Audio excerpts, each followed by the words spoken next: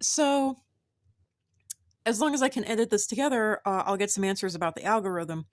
But okay, so I've seen this trick before and I wanted to try it for myself. It's where you actually take a canvas like this, and as you can see, this canvas has like at least inch wide uh, blocks on the back of it that actually make the canvas up. So I had to measure at least 3.5 centimeters in from all sides, which kind of gives it a nice border. But I've seen this trick before where you actually take a canvas and you hang jewelry on it, and it's absolutely beautiful.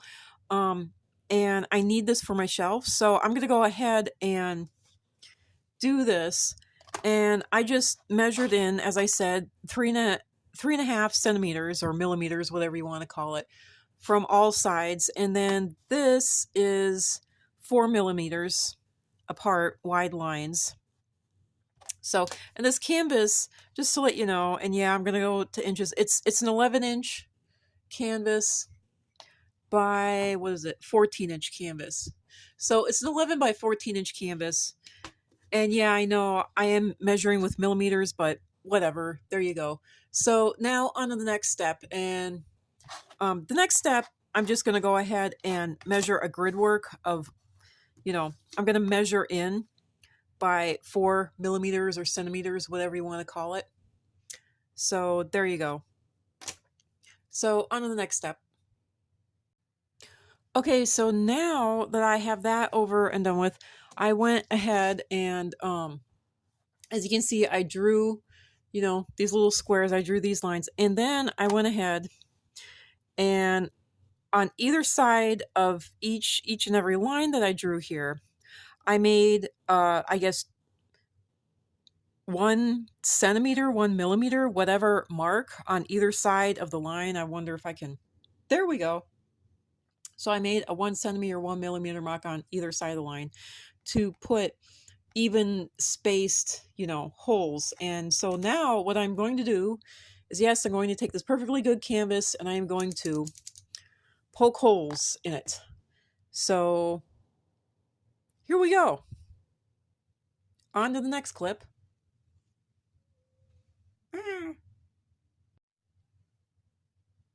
Well, I finally have that done, and you can see, even on camera, you can see the little holes that I poked.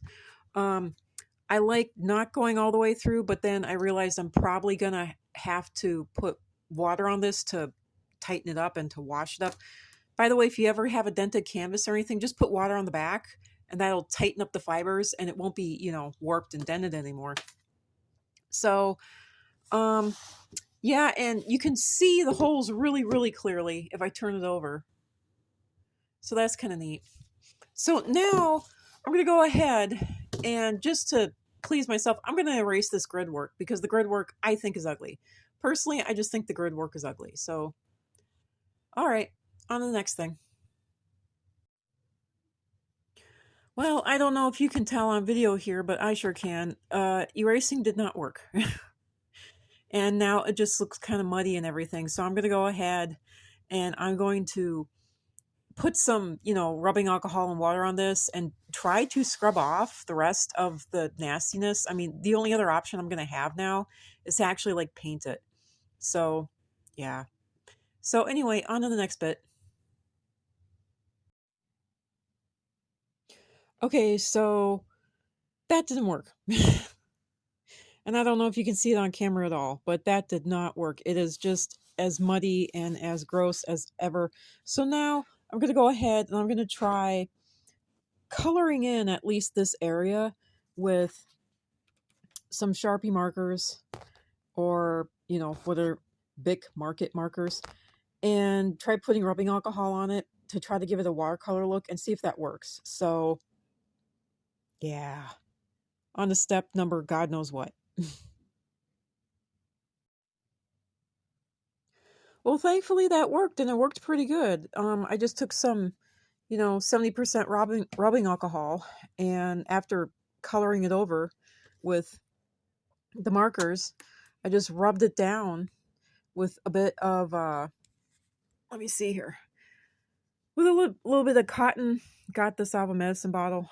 So, yeah. Pretty cool. So now to go ahead and put the earrings on and hope it looks good.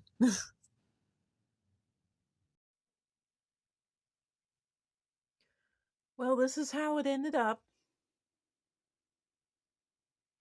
And I think it looks absolutely beautiful.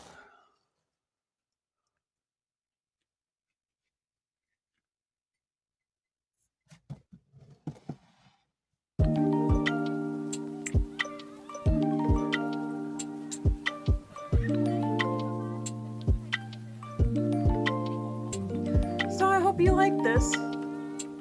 And we'll see how well this video does. Bye! Thanks for hanging out with me and trying this with me. This was interesting. I really liked this. This was fun.